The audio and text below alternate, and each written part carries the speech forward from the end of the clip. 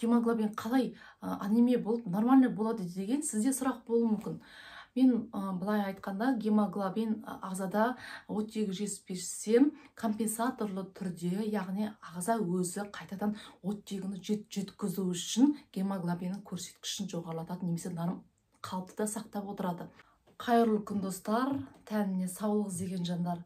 Мен жауапты тәжірибелік дәрігер Фариза Жанғалиқызы. Бүгін сіздерге көп адамға қызықты, көп адам білгісі келетін, және кез келген адам жылына бір рет, еш жері ауырмайтын, кез келген адам жылына бір рет тапсыратын, немесе бір жері ауырып мазаласа тапсыратын жалпы қан анализі туралы айтқым келіп отыр. Бұл тақырып бәріне қызықты деп ойлаймын, және де барлық адам қандай анализ тапсырса да оның результаты төмен немесе жоғары болса, ол қай жағдайда болады, соған қызығады деп ойлаймын.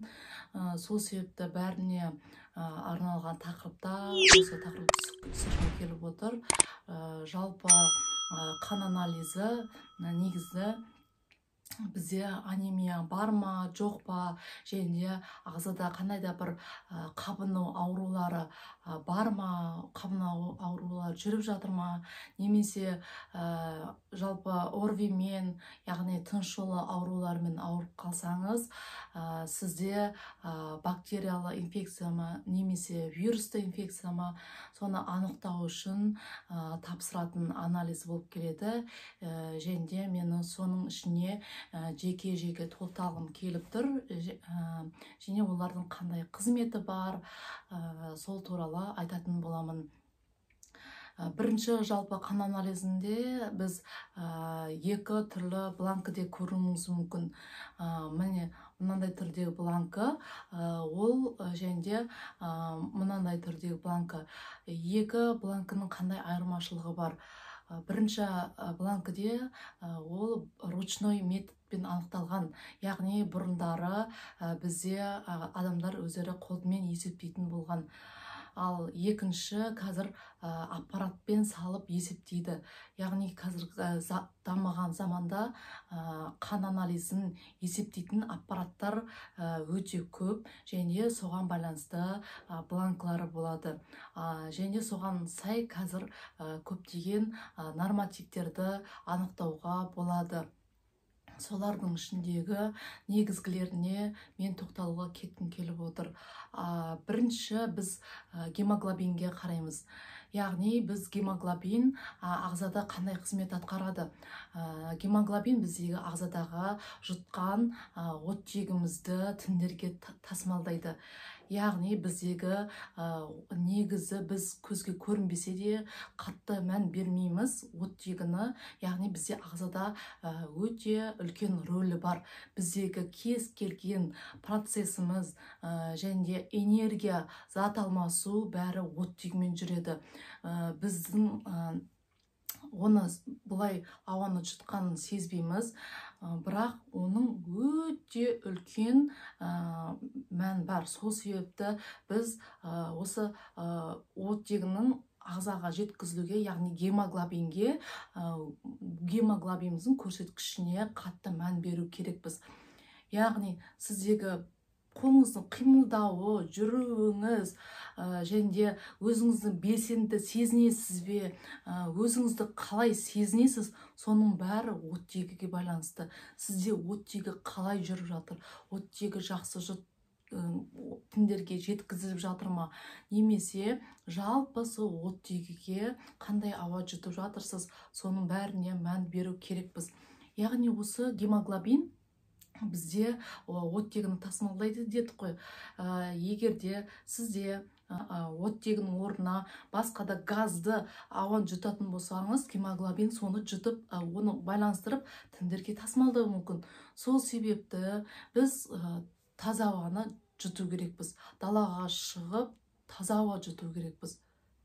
Сол себепті айтылады, таза ауада жүрсеңіз, жақсы белсенді өмір сүресіз деп. Келесі бізде осы гемоглобин гем мен глобиннен тұрады. Яғни гем өзімен темірді байланыстырып оттегінің тасымалдау үшін керек. гемоглобиннің нормативі әр бланкіда әртүрлі, және соған қарау керексіз. Егер де нормативтен төмен болатын болса, негізі қалыптыда әйелдерде 120 мен 140, ал еркектерде 130 пен 160-ның арасында болу керек. Яғни, егер де төмен болатын болса, 120-дан төмен болатын болса, әйелдерде, онда сізде анемия бар деген сөз. Яғни, соны емдейсіз. Соны анемияны анықтау үшін тапсырылады. Ал кейде 160-тан жоғары, яғни сіздің гемоглобиніңіз жоғары екен, оттегіні тасымалдайды жақсы деген ой болуы мүмкін, бірақ сіз қателесесіз.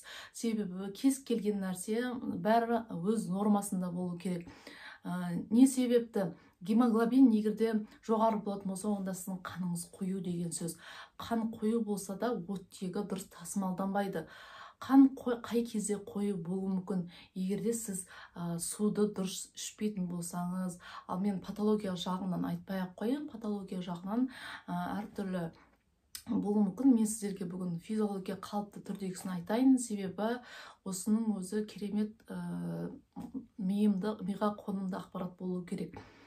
Яғни гемоглобин жоғары болатын болса, онда сол қою болады дедім. Екінші, гемоглобин таулы аймақтарда өмір сүретін адамдарда жоғары болуы мүмкін. Себебі ол жерде оттегі аз болады. Соған сәйкесінше ағза оттегіні жеткізу үшін гемоглобин компенсаторлы түрде жоғарылайды. Яғни таулы аймақтарда өмір сүретін адамдарда гемоглобиннің көрсеткіші жоғары болады. Егерде ағзада анемия болатын болса, сіздің гемоглобиніңіз нормальный болуы мүмкін. Гемоглобин қалай анемия болып нормальный болады деген сізде сұрақ болуы мүмкін.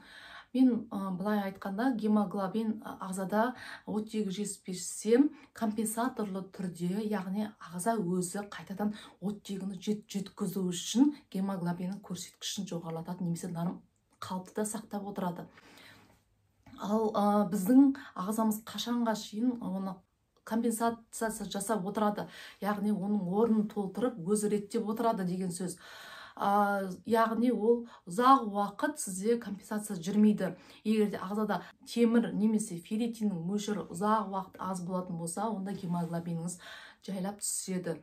Сол себепті сіз егерде қаназдықтың белгілері болатын болса, яғни басыңыз айналып, шашыңыз түсіп, бозарып, ентігу және де басқа да инфекциялар аурулармен жиі ауыратын боласыз. Яғни ОРВИ немесе отит секілді пневмония, бронхитпен көп ауыратын боласыздар.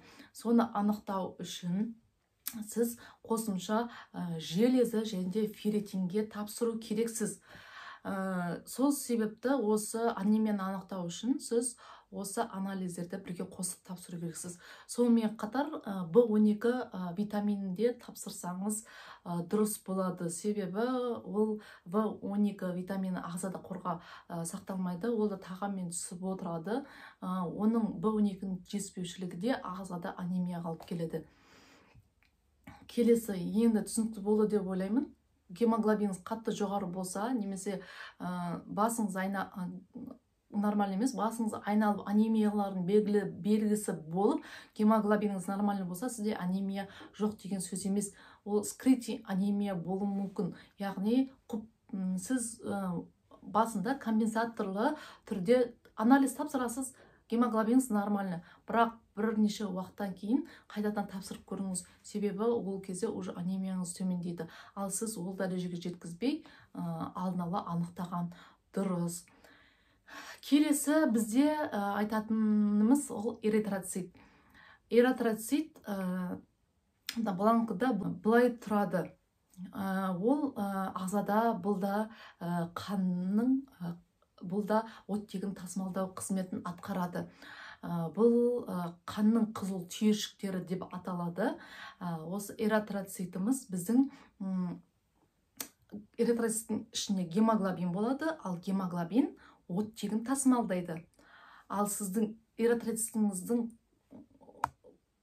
қызметі осы оттегін тасымалдау. Яғни түсіндіңіз, ол қалай тасымалдайды? Гемоглобинді эритроциттің құрамында гемоглобин бар, сол арқылы оттегін тасымалдайды. Сол себепті бізде эритроциттің де рөлі зор. Себебі бұл анемияның негізгі көрсеткіші болып келеді. Енді қандай жағдайларда эритроциттердің төмен болуы мүмкін? Сол қан кетулерде болуы мүмкін. Және де басқа да процестерде болады, яғни күйікте болуы мүмкін. Бірақ мен қазір қалыптысын айтамын, яғни қан кетулер сізге көзге көрінетін немесе көрінбейтін болуы мүмкін. Қан кетулердің көзге көрінетін, яғни ашық жарақаттарда. Яғни бір жеріңізді тіліп алдыңыз, анемияға алып келмейді, бірақ эритроциттің төмендеуіне алып келуі мүмкін. Сол себепті егерде алып келуі мүмкін. Ал скрытый дейтін, яғни ағзада, ішкі ағзаларыңызда болатын қан кету, яғни ішектен қан кететін болса, немесе асқазаннан қан кететін болса, яғни асқазаныңызда жара болатын болса, немесе 12 ішегіңізде жара, немесе ішектеріңізде жара болатын болса, онда бұл да анемияға алып келеді, яғни эритроциттердің төмен болуына. Бірақ сіз бұны қатты қорықпасаңыз болады. Ойбай, менде ішімде қан кетіп, менде анемия содан болып жатыр ма деп. Оны қалай білесіз? Оны сіз үлкен дәретіңіздің түсі қара түсті болатын болса, онда сізде қан кету, ішкі ағзаларыңыздан қан кету болып жатыр деген сөз. Келесі біздің айтатынымыз MCV, яғни MCV-де біз жалпы эритроциттердің көлемін көрсетеді, яғни оның формасы. Эритроциттердің негізгі көлемі 80 мен 100-дің арасында болу керек. Ал егерде ол жоғары болып төмен болатын болса, темір тапшылықты анемияны көрсетеді. Ал 100-ден жоғары болатын болса, яғни макроцистарлы B12 тапшылықты анемия екенін көрсетеді. Яғни MCV арқылы қандай анемия екенін анықтауға көмектесетін көрсеткіш болып келеді. Ал келесі біздің айтатынымыз ол гематокрит. Қан айналым жүйесінде сұйықтықта эритроциттердің орташа көрсеткіші болып келеді. Яғни оның эритроциттердің санын, былайша айтқанда саны, қан айналым жүйесінде қанша эритроцит бар екен анықтау үшін. Яғни аз болса анемия, және көп болса эритроцитоз. Не себепті көп деген, көп те болмау керек, аз да болмау керек. Соны анықтау үшін болып келеді. Келесі MCH эритроцитте гемоглобиннің қанша мөлшері бары екенін анықтау үшін. Яғни, егерде эритроцитте гемоглобиннің мөлшері аз болатын болса, ол да оттегіні тасымалдау азаяды, сол нәтижесінде анемия пайда болады. Яғни сізде анемия бар деген сөз. Келесі біздің айтатынымыз лейкоциттерге келетін болсақ.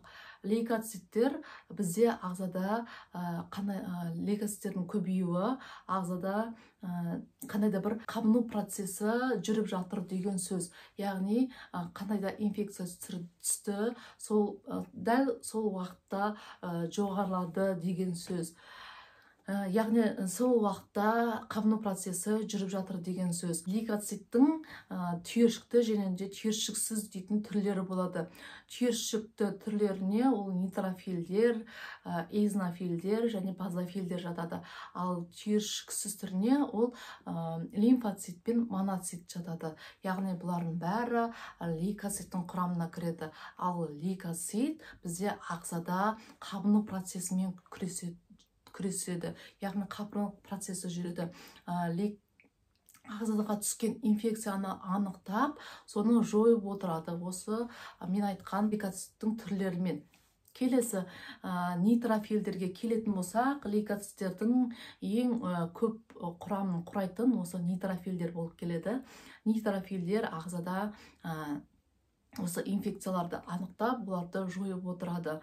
Оның ағзада жоғарылауы, ағзада сізде инфекция бактериялы болса, нейтрофилдер жоғарылайды. Ал ол кезде лимфоциттер төмендейді. Яғни бұл бактериялы. Ал вирусты болса, сізде нейтрофильдің көрсеткіші төмендейді, ал лимфоциттің көрсеткіші жоғарылайды. Сіз ауырып қалдыңыз, инфекциялы аурумен, жалпы тыныс жолы ауруларымен ауырып қалдыңыз. Сол кезде сізде вирусты ма, немесе бактериялы ма қабыну процесі, соны анықтау үшін қай инфекция қоздырғышымен ауырып жатыр деген сөз, соны анықтау үшін. Яғни егерде нейтрофильдің өзі сегментті ядырлы және таяқшалы ядырлы болып келеді. Ал егерде сізде сегментті ядырлы лейкоциттер көп болатын болса, онда сізде ол инфекциямен ауырып кеттіңіз, бірақ сізде қазір нормально деген сөз. Ал таяқша ядырлы лейкоциттер көп болса, онда сізде ағзада әлі де инфекция процесі жүріп жатыр деген сөз. Келесі біздің айтатынымыз базофилдер туралы айтатын болсақ, ол базофилдер инфекция процесі жүрді, соны сорып, яғни қайтадан қалпына келтіру қызметін атқарады, яғни қабыну процесінің жүргендігін көрсетеді жоғарыласа, немесе қандай да бір процестің жүріп жатқан, немесе ағзада паразитті аурулардың өршіп тұрғанын көрсетеді. Келесі біздің айтатынымыз ол эозинофилдер болып келеді. Эозинофилдер бізде ағзада аллергиялық процестер болатын болса, эозинофилдердің көрсеткіші жоғарылайды, немесе паразитарлы аурулар болса да эозинофилдердің көрсеткіші жоғарылауы мүмкін. Лейкоциттер тек қабыну процесі кезінде емес, ағзада қандай да бір абсцесс болатын болса, стресстің нәтижесінде және де физикалық жүктеме кезінде, миоз кезінде және де қандай да бір препараттарды, кейбір препараттарды, әсіресе гликокортикоидтарды қабылдағанда көбеюі мүмкін, және де тағам қабылдағаннан кейін лейкоциттің мөлшері жоғарылайды. Яғни сіз аш қарынға тапсырған дұрыс жалпы қан анализін, себебі ол көрсеткішін өзгертуі мүмкін. Келесі айтатынымыз тромбоциттер. Тромбоциттер бізде ағзада қан ұю қызметіне қатысады. Яғни теріңізде қандай да бір жарақат болатын болса, тіліну, кесілу жарақатын болатын болса, 5 минуттан кейін қаныңыздың тоқтағанын байқайсыз. Яғни осы қызметтерді атқаратын ол тромбоциттер болып келеді. Қанды ұйыту, қан тоқтату қызметін атқарады. Яғни ішкі қантамырдың ішінде қантамыр кесілген кезде ішкі жағынан тромбоциттер былайша айтқанда жүгіріп барып қантамырды бітеу қызметін атқарады. Яғни тілінген қантамырды, яғни ағзада көп мөлшерде қан кетпеу үшін ағза қорғаныш ретінде тромбоциттердің бәрін сол жерге апарып жиып, сол қан тоқтату қызметін атқарады. Яғни білінген, кесілген қантамырды бітеу, тоқтату қызметін атқарады. Келесі біздің айтатынымыз ол ағзада сойының жоғарылауы. Сойы немесе эритроциттердің тыну жылдамдығы деп аталады. Қабыну процесі ағзада жүріп жатыр ма, қабыну процесі бар ма, соны анықтаймыз. Яғни бұл ағзаға қандай да бір инфекция түсіп, яғни бұл ағзада қандай да бір инфекция түсіп, эритроциттердің қабықшасын зақымдап, олардың шөгу жылдамдығы, яғни сол ағзада бактерия эритроциттердің қабықшасын бұзып, оны шөктіреді. Соның нәтижесінде сізде инфекция немесе қандай да процестер жүріп жатыр ма, соны анықтайсыз. Бұл негізі қалтыда жүкті әйелдерде жоғары болуы мүмкін, одан қорықпасаңыз болады. Эритроциттердің тыну жылдамдығы жоғары болғаны. Ал егерде қалыпты жүкті емес болсаңыз, ол қандай да қорқуыңызға болады ағзада. Қорыққанда соған аса назар аударып, соны не себепті сізде эритроциттердің тыну жылдамдығы жоғары болып тұр, соны анықтау керексіз. Инфекциялық процестерде және өзінің басқа да созылмалы ауруларда жоғары болуы мүмкін. бізде соядан басқа сізде сұрақ СРБ дейтін анализ бар. Яғни ол да қан анализінің ағзада қандай қабыну процесі бар екенін көрсетеді. Яғни сізде сұрақ болуы мүмкін, қандай айырмашылығы бар деп. Екеуі де қабыну процесін анықтау үшін арналған. Соя ұзақ уақыттың нәтижесінде көтерілуі мүмкін, ал С реактивті белок ол ағзада тез көтеріледі. Яғни қабыну процесі жүрсе, бірден көтеріліп, сәйкесінше қабыну процесі түскеннен кейін тез түсіп отырады. Екеуінің айырмашылығы осы болып келеді. Сізде мынандай сұрақ болуы мүмкін. Неге қазір саусақтан емес, вена қанынан алады деген. Себебі вена қан саусақты кескен кезде, тілген кезде, онда қан тамырдан бөлек жасуша аралық сұйықтық та болады. Ол жасуша аралық сұйықтық қанмен бірге пробиркаға түседі де, қанның көрсеткішін бұрмалайды. Немесе оның ұйып қалуына да алып келуі мүмкін. Және де қазіргі аппараттар бойынша бірнеше миллилитр қан алынады, ал саусақтан ол бірнеше миллилитрді алу қиын, алса да өте көп күш қолдану керек. Ал венадан алынған қан тез алынады, әрі көп мөлшерде, және де анализдің көрсеткіші нақты болады. Бұл ақпараттың бәрі жалпы мағлұмат, сізге кішкене де болсын информация болсын деген мақсатта түсірілген. Қандай жағдайда болса да сіз өзіңіздің жергілікті дәрігеріңізбен ақылдасып, кеңесіп, соңында нәтиже шығару керексіздер, және сонымен ем қабылдау керек. Мен егерде видео ұнаған болса, арнама тіркеліңіз, лайк қойыңыз, және қандай тақырып қызық болса комментарияға жаза кетіңіз. Сол тақырыпта мен видео түсіретін боламын. Мен сіздермен қоштаспаймын. Келесі видеода кездескенше амандықта жүздесейік.